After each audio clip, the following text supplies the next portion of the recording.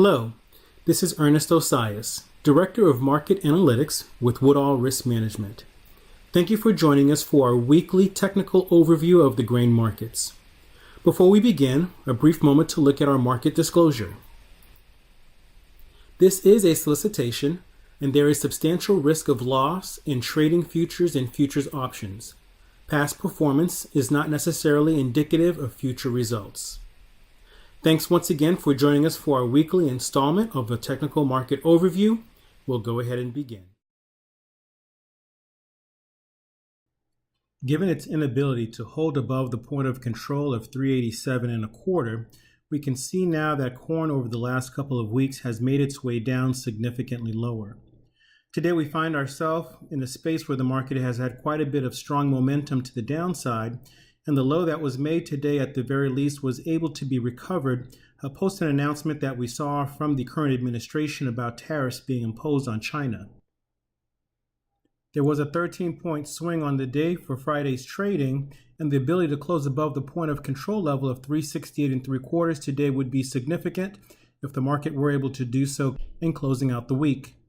The next thing we would then be looking for would be the market's ability to close and continue to trade above that 368.75 number for the following week. And in doing so, the potential of this recent low being significant could very well be in play. Understandably, the lows today did fall right inside of volatility-based support, so it's not entirely a surprise to see the market be able to recover in the fashion in which it did. When we see markets come in and touch volatility-based support or resistance, it's very common for us to see the markets at the very least post 6 to 8 trading days of reversal or opposite of what the market did as it approaches those regions. If the market does not reverse, at the very least, we could see a sideways movement, and that's what we would be looking for at this point, given that the market did make a very strong reversal on the trading day today. On the December contract, we could see where today's lows did eclipse the previous lows from the beginning of the year, and that too is of significance. So even if the market is able to make its way higher, key areas of resistance, whether it be somewhere in the neighborhood of 384 and change, or even a little bit higher at the point of control number at 405, could very well stand as good resistance levels for the market, and we can see a move down from either one of these levels in the event of a reversal short term. Part of why we anticipate that the market could very well make its way back down is the fact that we're looking at a very strong momentum move to the downside. In fact, the extreme of the momentum downside exceeds the momentum to the upside over the last several months. As with the July contract, we can see that the December contract also has reached volatility-based support, and the market has also been able to recover back above this point of control level just below. As we monitor the movements for the December contract, we'll look for key potential resistance to sit up against the point of control level overhead, and if the market's able to make it through the 395 number, then we would look for 405 as the next potential level of resistance. As is the case in trading, hindsight is always 20/20, but if you recall in the past, we have shared that when markets post 3 or 4 consecutive lower lows, that the market often sets itself up for a dramatic decline to the downside. Such is the case here for soybeans, as after having made a significant high in March, we can see 3 sequential lower highs in which the market then poised itself for the potential for downside pressure. We've been talking about how we've been looking for soybeans to continue lower, and despite the recent rally that we saw, the market did find very good resistance at the 1048.75 number, and from there the market has been in a precipitous drop to the downside.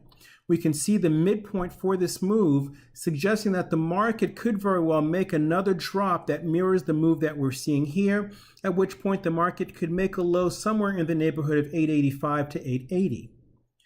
The precipitous drop that we are seeing has been consistent with our market cycles, and despite the market having been divergent with corn, they are now in sync with one another, and instead of soybean turning to the upside with corn, corn instead has decided to move down with soybean. Instead of posting 3 lower highs, the November contract instead decided to post a quadruple top formation. And after this 4th top that we saw, the market once again was not able to get past the 1060 number.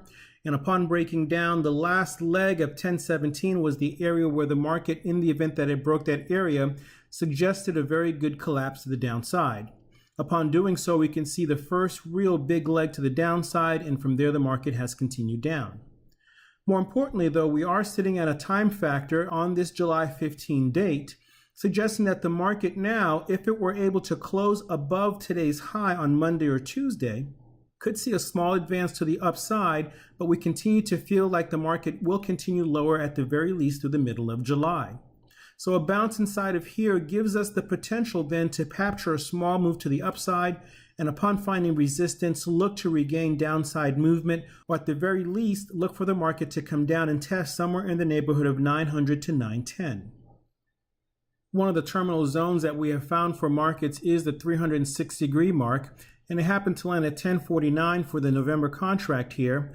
And this coincides with this quadruple top that we saw, with the market coming up right up against volatility-based resistance. Upon failing here after having touched 4 times, the market came down to the 180-degree mark, and its inability to find stability at this 180-degree mark suggested that the market would test somewhere in the neighborhood of 954 at a minimum, with the possibility of making a full cycle to the downside of 923.5. The market was just shy of reaching that number, and that 923.5 number is the previous major low for the November contract. The likelihood of the market coming down and retesting this number continues to be high. At this point, though, we want to see the way in which it reacts near this point of control number, and to see if next week we find a little bit of correction coming up to test resistance, only to find the potential for another move to the downside. July wheat finds itself at a critical threshold, once again testing the 270-degree mark at 502. It would at least need to find itself closing back above this 270-degree mark, and possibly somewhere in the neighborhood of 507, which is at our point of control number, if this market were to be able to find some legs. Part of what's important right now for this July contract is that we are only about 2 weeks out from first notice date, and so if recovery cannot happen next week, then the likelihood of the market moving sideways going forward and potentially even slightly lower becomes more probable prior to coming off the board. On the flip side, if the market is able to close above this 507 mark, we do like the potential of the retest of this 547 number by the end of the month. But once again, that 507 mark is going to be very key in determining the probability of which direction this market looks to go.